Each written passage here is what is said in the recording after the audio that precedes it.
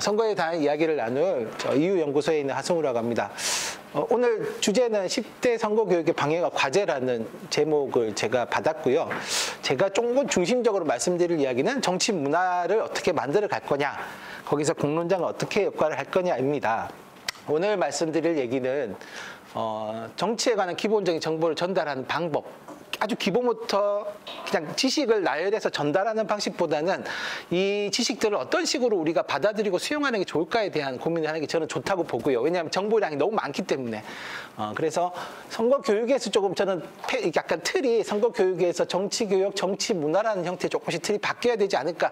당장 바뀌기는 힘들 겁니다. 왜냐하면 당장은 기본적인 지식에 대한 차이도 너무 많을 거기 때문에 아주 기본적인 지식은 전달하고 그 이후에 이제 어떤 식으로 바꿔나가야 될 건데, 그러려면 저는 학교도 사실은 좀 이제, 왜냐하면 학교들은 정치의 장이 될 수 있거든요.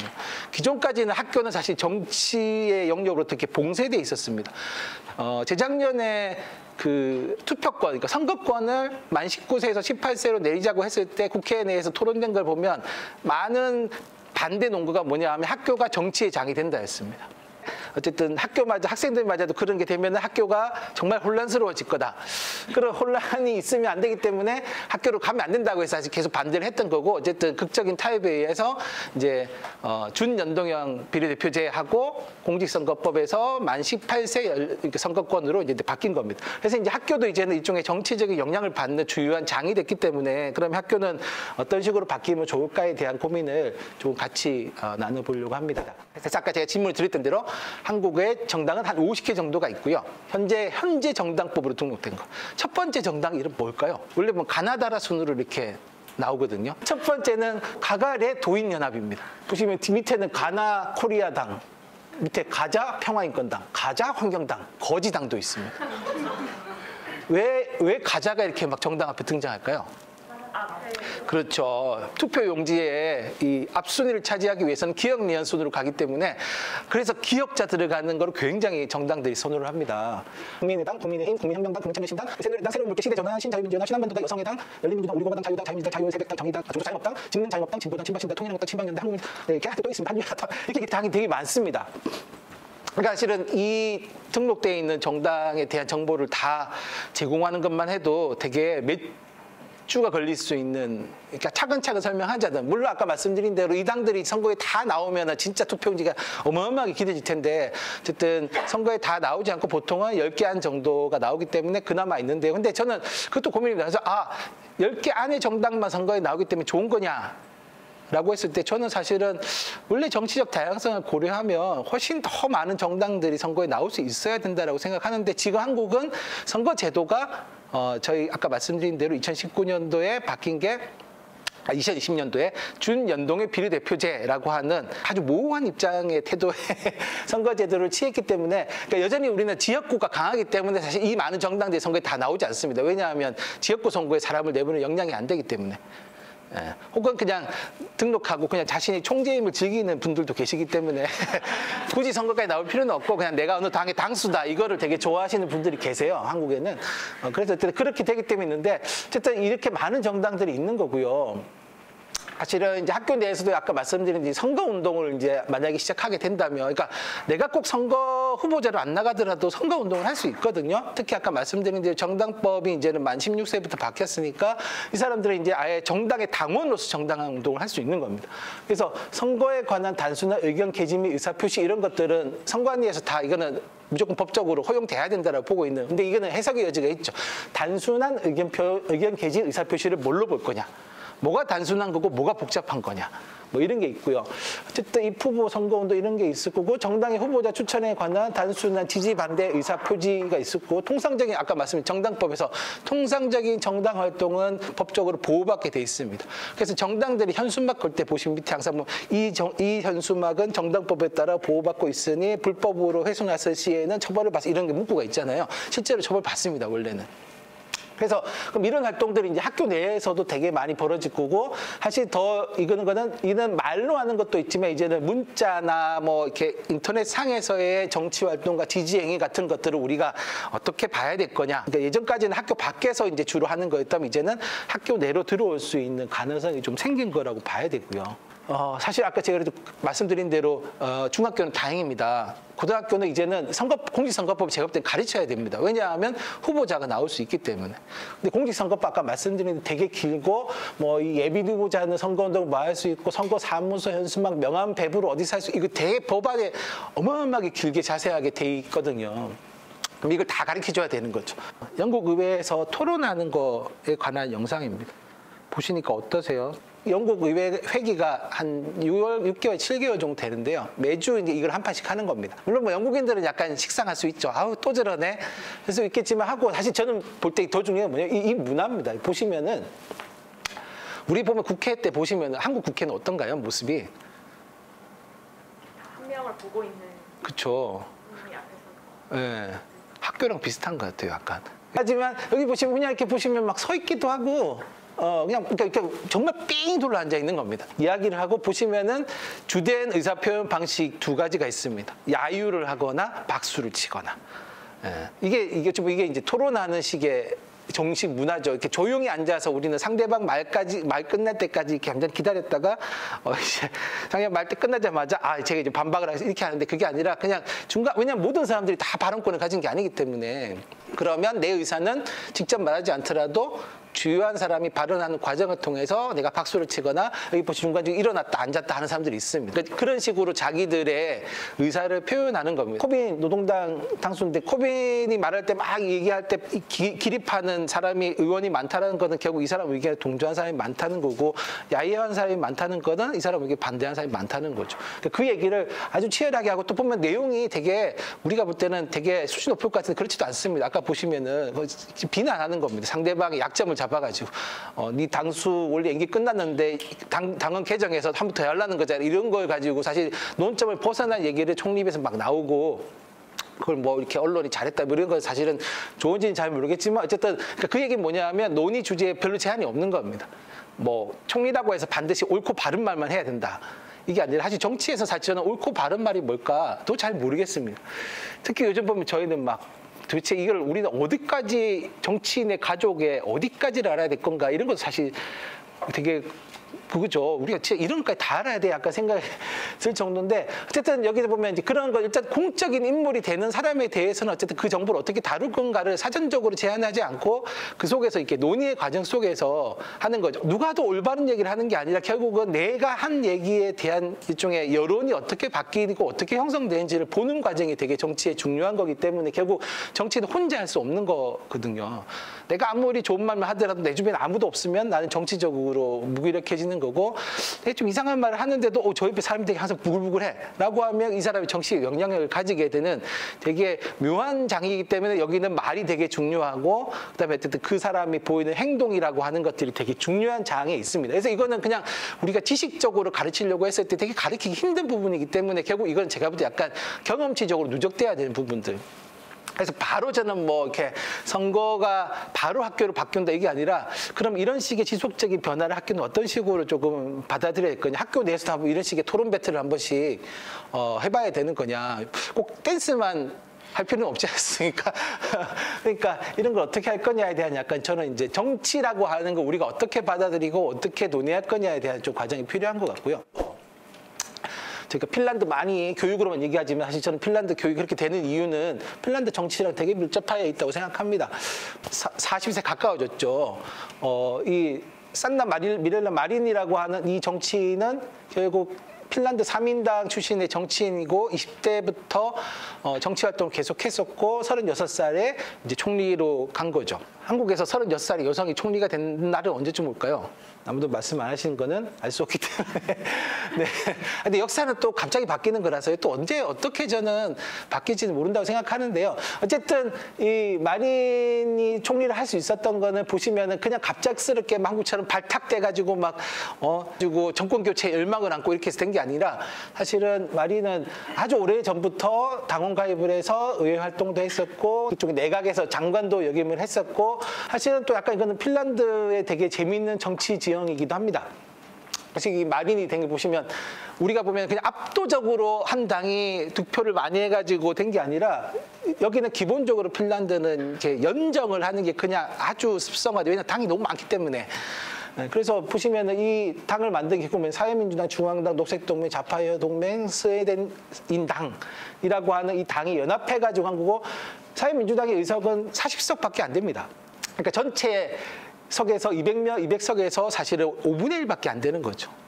근데 연정이라고 하는 것들이 워낙 일상적으로 벌어진 나라이기 때문에 이렇게 우리가 일종의 집권할 수 있는 여당 블록을 짠 거고 여기서 논의해가지고 어쨌든 3인당이 제일 의석이 많으니까 그럼 3인당이 적절한 총리 후보를 추천해봐라. 이렇게 해가지고 또 핀란드에서는 총리 후보만 추천하면 그대로 되는 게 아니라 또 대통령이 따로 있어가지고 대통령이 그거를 이렇게 서로 수용하면 이렇게 이제 그러니까 항상 중간중간에 뭔가 이렇게 협상해야 될 절차를 되게 많이 만들어 놓은 야당도 그냥 하나가 있는 게 아니라 이렇게 야당들이 쭉 연합되어 있는 상태로 있습니다. 그러니까 사실 생각해보면 그런 거죠. 만약에 다르게 연합이 구성됐다면 3인당이 집권을 못할 수도 있는 겁니다. 왜냐하면 의석수라고 하는 것들은 보시면 뭐 옆에 있는 핀인당이랑 여기랑 의석수가 크게 차이가 안 납니다. 그럼 이게 갑작스럽게 지난 총선에서만 그렇게 했나 보면 그게 아니라 그냥 핀란드는 원래 선거 때 보면 이렇게 되게 많이 압도적인 한 정당이 다수를 구성했다라는 역사가 없습니다.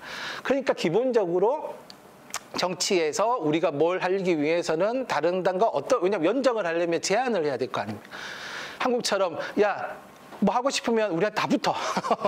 정치하고 싶어 우리 당으로 다 들어와. 이러고 뭐 우리 당 인재를 영입하겠습니다. 이런 과정을 하면 다들 핀란드에서는 씨알도 안 먹힙니다. 왜냐하면 왜 우리가 네 당에 들어가? 우리가 당을 만들어서 우리랑 연정을 하면 되지. 왜 니들이 우리한테 들어오란 말아야? 이렇게 기본적으로 답할 수밖에 없는. 그러니까 여기는 그러니까 어떤 주요한 정치적 의제가 생기면 그 의제를 중심으로 사람들이 뭉치게 되고 그러면 그 뭉쳐진 사람들이 이쪽에 자신의 주요한 정책 아젠다를 내세우고 이쪽에 연합을 시도하는 형태로 돼 있는 거죠. KTX를 중간에 대전역에서 타고 올라왔는데 왜냐하면 무궁화 편수가 계속 줄어가지고 결국 제가 시간 맞춰서 서울에 오려면 10시에 도착하려면 무궁화를 타고 저희 동네 무궁화밖에 안 서거든요. 그래서 무궁화를 타고 대전 가서 대전에서 기다리다가 30분이나 기다리다가 KTX를 타고 서울로 와야 되고 돈은 2배로 뛰고 뭐 이런 거거든요. 그럼 저 같은 경우는 무궁화당을 만들어야 되겠다. 그래서 우리 당은 다른 거 아무것도 안 해. 그냥 우리는 전국의 모든 역에 무궁화를 편성을 많이 하는 걸로 정부 예산은 다 무궁화로 쏟는 걸로 그걸로 할 거야. 이런 정당을 만들었어. 그래서 막 어쨌든 다시 보면 워낙 지금 무궁화 편성 많이 줄어가지고 저와 비슷하게 분노하시는 분들이 도 되게 많고 하기 때문에 전국 정당을 만들 수 있습니다. 그럼 어쨌든 그런 걸 가지고 이야기를 해가지고 당을 만들어서 정치적 의사를 표현할 수 있는 거죠. 근데 지금의 한국 정치 구조에서는 그게 불가능합니다. 왜냐하면 한국 정치는 지금 선거제도의 역량이지만 딱 양대 거대 정당이 중심이 될 수밖에 없게끔 만들어 놓은 구조에 있습니다. 어쨌든 핀란드는 그게 굉장히 자유로운 거죠. 그러니까 사실은 사회적으로 되게 여러 가지 각가지 실험이 되게 가능합니다. 저희 보면 여기 선거제도가 지방선거인데 핀란드 같은 경우에는 지방선거 우리 보면 이렇게 주민 발의 제도 같은 게 있잖아요. 한국 어쨌든 법에 선거법과 관련돼서 유권자면 되니까 지금 이제 한국은 18세부터인데 핀란드는 14세부터입니다. 그러니까 지역의 조례에 관해서는 발의할 수 있는 권한이 그러니까 지금 여기 계신 중학교부터 가능한 거죠. 그러면 당연히 중학교에서는 조례가 뭐고 조례 발의를 어떻게 하는 거고 조례 발의를 통해서 우리는 무엇을 할 수 있는지 이런 걸 가르쳐야 되는 거죠. 그러니까 사실은 되게 다양한 이야기들을 할 수밖에 없는 시스템인데 우리는 그 다양한 이야기들을 안 해도 되는 되게 이제 축약된 정치적으로 되게 축약되어 있는 사회에 살고 있는 거고요. 그러니까 선택지가 되게 단순하고 여기 보시면 사회적으로 경제적으로 소외되어 있는 집단들의 의회 대표성이 굉장히 떨어집니다. 제가 사는 는 농촌입니다. 지금 21대 국회에 300명 중에 농민은 한 명도 없습니다. 농민의 인구 비율은 지금 아직도 한 4, 5% 정도 되는데 그러면 기본적으로 국회의원이 한 10명 정도는 돼야지 정치적 대표성이 확보되는 건데 농민이 없다는 얘기는 이제 정치적으로 대의되는 집단이 없다는 거죠. 대의민주주의인데도 어쨌든 그 계층을 대변할 사람이 국회 내에 없는 겁니다. 근데 그게 있고 또 어쨌든 여성 국회의원을 보더라도 한국은 어쨌든 보면 그러니까 이게 지역구 중심입니다. 한국은 거의 다 지금은 이제 비례대표제가 어쨌든 여성이 우선 순번이다 보니까 들어가 있는 거고 지역구 당선자는 수가 굉장히 적습니다. 뭐 이건 20대까지인데 사실은 그러니까 이게 보면 20대가 아니라 20대까지의 누적된 액수입니다. 근데 보시면 또 빵명 뭐 이런데 보시면 한 명 있고 뭐 2명, 2명, 4명 뭐 이런 식으로 돼 있는 거죠. 그게 뭐냐면 결국 한국은 지역구에서 여성이 나와서 당선될 수 있는 가능성이 굉장히 희박한, 심지어 집권 여당의 후보를 할지라도 쉽지 않은 구조를 가지고 있는 겁니다. 왜? 그럼 사실 우리는 이거 되게 힘든 거죠. 36세의 여성 총리, 이건 정말 한국에서는 약간 정치 개벽이 일어나야지 가능한 건데, 그럼 이게 어떻게 해야 될 거냐. 뭐 어쨌든 이게 이렇게 된 이유도 또 우리는 학교에서 선거를 설명해 주려면 설명해 줘야 되잖아요. 학생들이 질문하고 한국에 왜 이렇게 여성 의원이 적은가요? 이러면 이제 우리는 이 파란만장한 스토리를 없었던 게 아니라 나왔지만 판판이 떨어졌고 그러다 보니까 아예 공천도 안 하더라. 공천심사위원회는 다 남성들이 주도하고 뭐 이렇게 하더라. 이런 얘기들을 해줘야 되는데 어쨌든 그런 얘기를 해주다 보면 얘기 되게 많이 할 수밖에 없는 거죠. 그리고 여기 역대 선거에 보시면 한국은 주로 이제 지역구 중심 선거에 있습니다. 지역구 중심 선거라고 하는 것은 결국은 뭐냐면 한국은 뭐 중간중간에 아주 간혹 중선거구제를 했지만 되게 민주주의 같지만 지역구 선거가 가지고 있는 가장 기본적인 문제는 그러니까 이 사표의 문제가 있습니다. 그러니까 어쨌든 지역구에서 한 명을 뽑는 소선거구제는 사표의 문제가 갈수록 커질 수밖에 없습니다. 가령 뭐 이거는 뭐 국회의원만이 아니라 대통령도 그렇죠. 대통령이 저희 보시면은 문재인 대통령이 그때 투표율이 간만에 진짜 높았고 한 77% 정도 됐을 거예요. 그리고 문재인 대통령의 득표율이 41% 정도 됐습니다. 역대 선거 비교할 때 나름 꽤 높은 그러니까 투표율인데, 근데 그냥 저희 계산하기 쉽게 뒤에 그 떼고 그냥 그러니까 70%가 투표하고 40%의 득표를 했다라고 하면 결국 전체적으로 보면 얼마나 하면 28% 득표를 한 겁니다. 전체 국민의 28%가 문재인 대통령을 지지를 한 거죠. 그럼 나머지는 72%는 뭐냐? 반대했을 수도 있고 나는 그냥 아유 모르겠다, 그냥 뭐 사람 좋은 사람이 좋아 이래서 그냥 당선될 거니까 투표 안 했어 뭐 이런 사람도 다 있겠지만 어쨌든 간에 적극적으로 자기 지지 의사를 표시하는 사람은 28%밖에 안 되는 겁니다. 그럼 나머지 75%는 뭘 고민하고 있을 건가에 대한 사실 고민이 필요한 거고, 이게 이제 국회의원 선거로 가면 더 떨어지는 거죠. 요즘 보면 총선 때 선거율 보면 어쨌든 거의 한 60%라고 잡으면, 그리고 또 지역구 선거에는 여러 명이 나오지 않습니까? 보통 한 4명 정도가 나오는데, 그래서 보통 몇 프로 정도 당선이 하면 한 30에서 30% 넘으면 40% 받으면 거의 당선 확정이고요. 근데 그러면 결국 뭐냐면 이것도 보면 지역구 내에서 24% 정도, 그 다음에 한 18에서 24% 정도 지지만 받으면 당선이 되는 겁니다. 그래서 우리 보면 막 선관위가 투표가 민주주의 꽃이라 그러는데 사실은 이 약간 지역에서 영향력 있는 사람 입장에서는 투표율이 떨어지는 게 더 좋습니다. 보시면 수학적으로 그렇잖아요. 투표율이 계속 떨어지면 훨씬 더 적은 지지, 확고한 자기 지지층만 있으면 당선되기가 너무 쉬운 겁니다.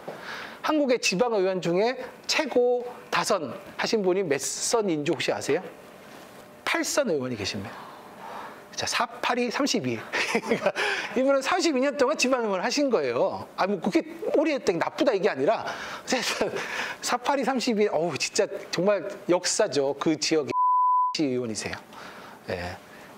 그런 분이 있으면 저는 나쁘지 않아 생각하는데, 어쨌든 그러면 사실은 32년 동안 한 지역에서 지역구에 나오시면 이 지역구는 그냥 다른 사람이 도전하기가, 이 사람이 어떤 문제를 일으켰고 뭘 저질렀고 상관없이 그냥 계속 당선이 되는 겁니다. 그럼 이런 식으로 되는 게 좋은 거냐? 그래서 이제 그러면서 그 지역구 선거구의 문제와 사실 이제 대비되는 게 어쨌든 이렇게 비례대표제를 두는데, 또 비례대표제는 어떤 얘기가 있냐면 그런 겁니다. 비례대표제는 그거죠. 정당에서 딱 이렇게 될 사람들, 이렇게 우리는 이런 선수들을 배치했습니다.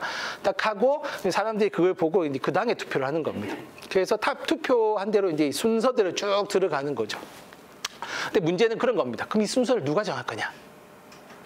예전에는 그냥 정당들이 알아서 정했습니다. 했더니 그러니까 일종의 시민들이 투표를 하는데 시민들이 정작 그 정당 공천의 순서에는 개입할 수가 없으니까 여기도 문제가 많네? 그래서 나온 게 뭐냐면 이 두 개를 연동시키자는 얘기가 나온 겁니다.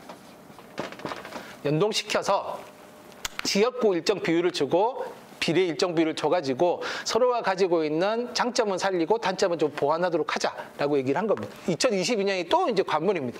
또 어떤 일이 벌어질까?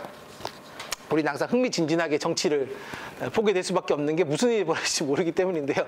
어쨌든 이런 방식으로 해가지고 한국은 기존의 선거 제도에서 양당제를 조금 무너뜨리려고 하거나 약간 정치적인 기득권을 혁파하려고 했던 시도들을 되게 우회해서 비켜가는 방식들로 선거 제도를 운영해 왔습니다. 그러다 보니까 사실 어떤 얘기가 있냐면 이거를 교육적으로 전달할 수는 있는데 어느 제도가 한국에 잘 맞다.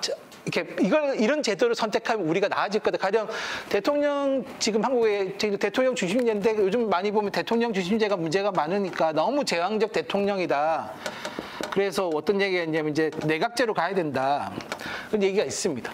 대통령제의 장단점, 뭐 내각 책임제의 장단점, 뭐 이거였는데, 근데 이걸 가지고 우리 이제 그 전까지는 그냥 학습 차원이었는데 이제는 학습이 아니라 좀 있으면 실전도 해야 되는데 이 정보만 가지고는 뭘 판단하기가 너무 힘든 거죠.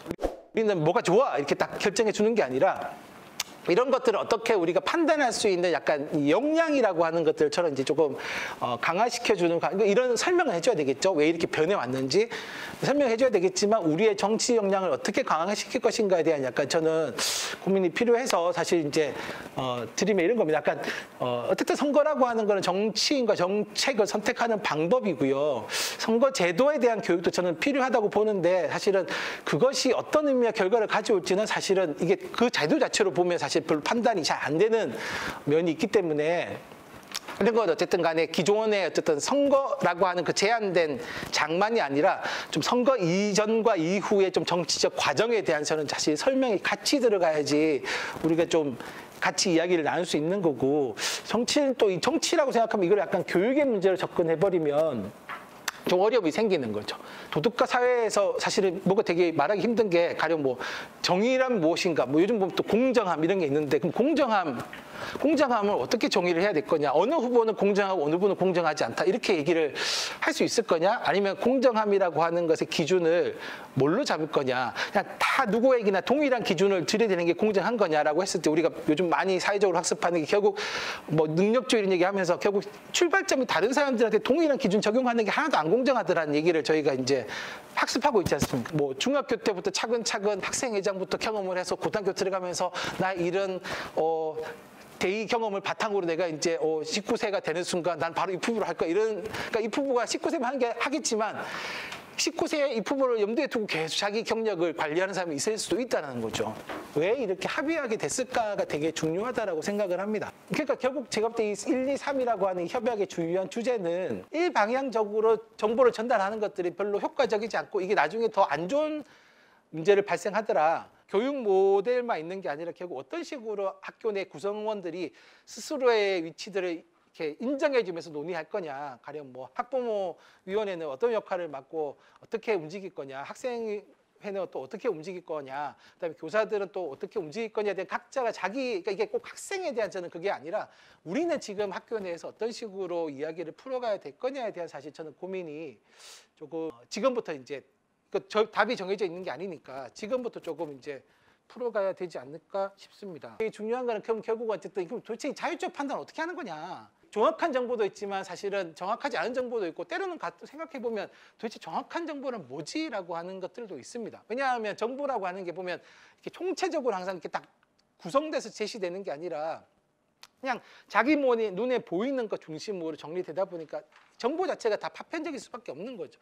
가장 좋은 그나마 비판적 사고를 할 수 있는 방식은 뭐냐 하면 이게 제가 개인적으로 되게 좋아하는 분이신데 한나 아렌트라는 사람인데요. 이 사람은 뭐냐 하면 결국 정치에서 되게 중요한 건 뭐냐면 타자라고 얘기합니다. 우리는 항상 정치를 내가 말하고 싶은 거, 내가 하고 싶은 거라고 얘기하는데 근데 사실 아까 말씀드린 정치는 다른 것과 달리 공부는 혼자 하면 되는데 정치는 아까 보시면 내 얘기를 들어줄 수 있는 내가 화자면 청자가 없으면 정치는 성립이 불가능하다는 거죠. 지지자 없는 정치는 없거든요. 그럼 결국은 정치는 기본적으로 타자를 염두에 둘 수밖에 없는 거고 이 타자라고 하는 건 기본적으로 나랑 다른 사람. 그러면 우리가 좋은 정치인이 되고자 하면 뭘 기본적으로 염두에 둬야 되냐면 내 앞에 서 있는 사람이 누구인지를 먼저 보는 게 되게 중요하다는 거예요. 예루살렘의 아임이라는 책에서 한나 아렌트가 한 얘기는 뭐 그런 겁니다. 아이히만은 어마어마한 악인이라고 생각했는데 막상 가서 만나보니 이 사람은 어마어마한 악의 본성을 가진 특별한 사람이 아니라 그냥 우리가 일상에서 찾아볼 수 있는 되게 평범한 사람. 그런데 그렇게 끔찍한 인류사적 범죄를 저질렀 나를 보면 한 번도 이 사람은 자기가 기차에 태운 유대인이 어떻게 되는지에 별로 관심이 없었다는 거죠.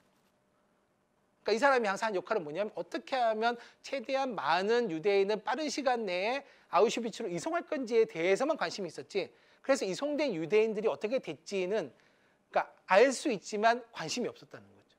자기가 끊임없이 결정을 내지만 그 결정의 대상에 되는 사람들의 위치에 한 번도 들어가 본 적이 없었다는 겁니다. 그래서 그게 아렌트가 볼 때는 궁극적으로 생각하지 않아도 되는 무능함을 낳았고 사실은 생각하지 않다 보니까 결국 이 사람의 말은 그냥 관료적 언어, 다른 사람의 관점에 서지 못하는 게 결국 생각의 무능을 낳고 그냥 말하기 무능을 낳고 행동의 무능을 만든다라고 하는 얘기를 아렌트가 했습니다.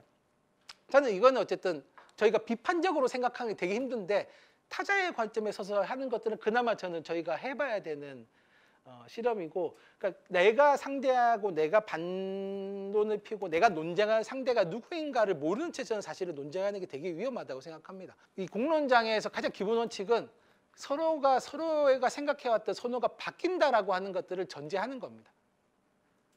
이게 한국의 토론 문화에서 가장 안 되는 것 중에 하나인데요. 선호가 바뀌면 변절했다고 생각합니다. 그런데 원래 토론은 애초에 자기가 가지고 있던 선호가 바뀔 것이다라고 하는 것들을 예상하고 하는 건데 한국은 바꾸면 되게 그러니까 원래 토론에서 예상한 결과가 나오는데 우리는 그 결과가 나오면 욕을 먹는 거죠.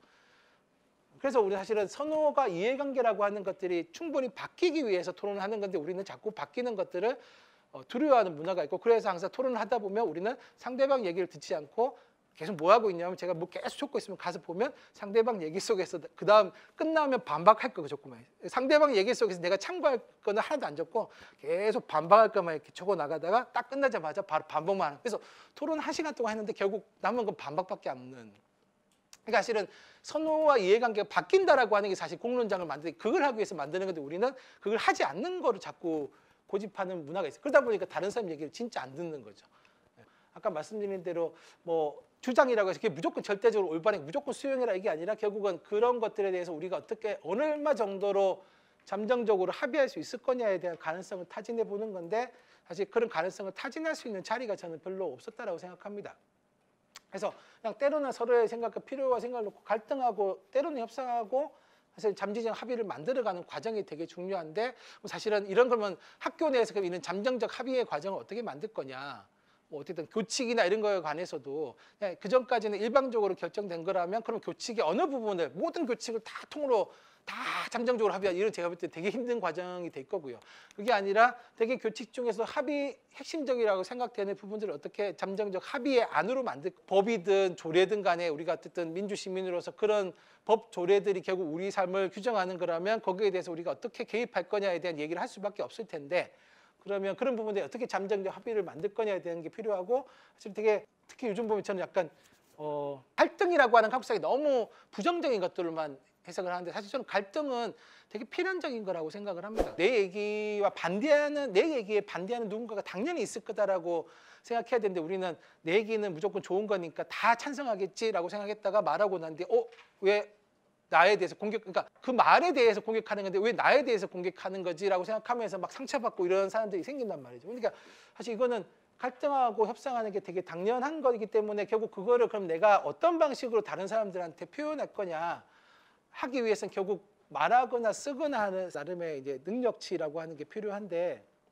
그것도 저는 아무것도 없이 그냥 갑자기 말해봐 이렇게 한다고 저는 말을 할 수는 없다고 생각합니다. 그럼 결국은 말하고 쓰는 거에 대해서 우리가 기본적으로 합의해야 되는 이 정도 말하고 이 정도 쓰기라고 하는 것들 이렇게 드러나는 것들에 대해서 우리가 어떻게 수용할 것인가에 대한 고민이 좀 이런 것들에 대한 사실 고민이 전 좀 있어야지만 우리가 뭐 선거에 대해서 얘기하는 것들이 의미가 있지 않을까?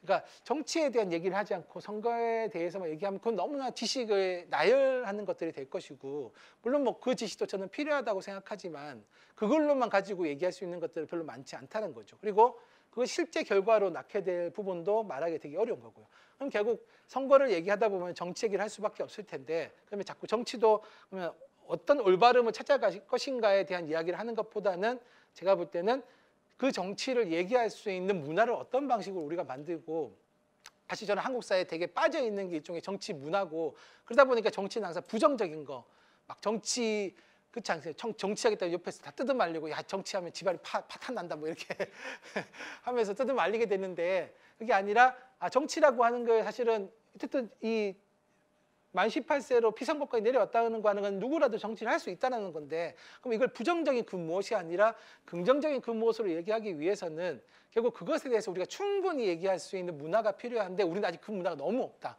제가 준비해온 자료였는데 이 정도로 대충 끝이 났습니다.